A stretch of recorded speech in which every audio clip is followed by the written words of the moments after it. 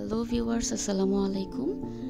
আজকে আমরা চলে গিয়েছিলাম খানদানি খানাপিনাতে, খিলগাঁওয়ের, যেটা এখন সি ফুডের জন্য খুবই ট্রেন্ডে আছে।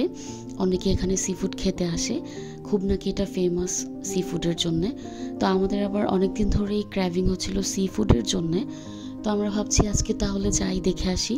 তো আজকে আপনাদেরকে সব জানাবো, খানদানি খানাপিনার সার্ভিস কীরকম, খাবারের টেস্ট কীরকম, কস্ট কীরকম, সব কিছু ইনশাল্লাহ। তো ওদের খাবারের আইটেম মোটামুটি ভালোই আছে।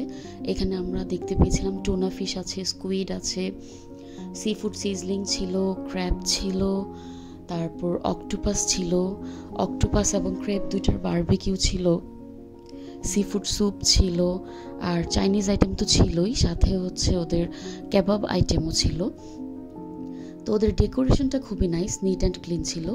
তো আমাদের আগে অক্টোপাস ফ্রাইটা চলে আসলো। তো আমি লাইফেই ফার্স্ট টাইম অক্টোপাস ট্রাই করেছিলাম।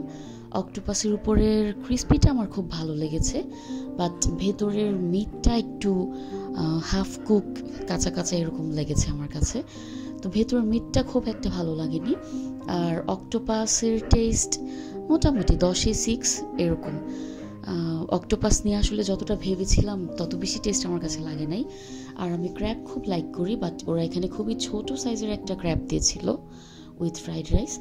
আর এখানে আছে সি ফুড স্প্যাগেটি। তো আমি লাইফে ফার্স্ট টাইম ঝিনুকটা ট্রাই করেছিলাম। I didn't know what is the test of ঝিনুক, বাট ওয়েস্টারের ভেতর আমার একটু গন্ধ লেগেছিল, যার কারণে আমার কাছে ভালো লাগেনি। আমার মনে হয় না যে আমি আর কখনো লাইফে ওয়েস্টার ট্রাই করবো আর কি। তো স্প্যাগেটিটা কি ক্রিমি স্প্যাগেটি ছিল, সাথে ছিল স্কুইড ছিল, চিংড়ি ছিল, আর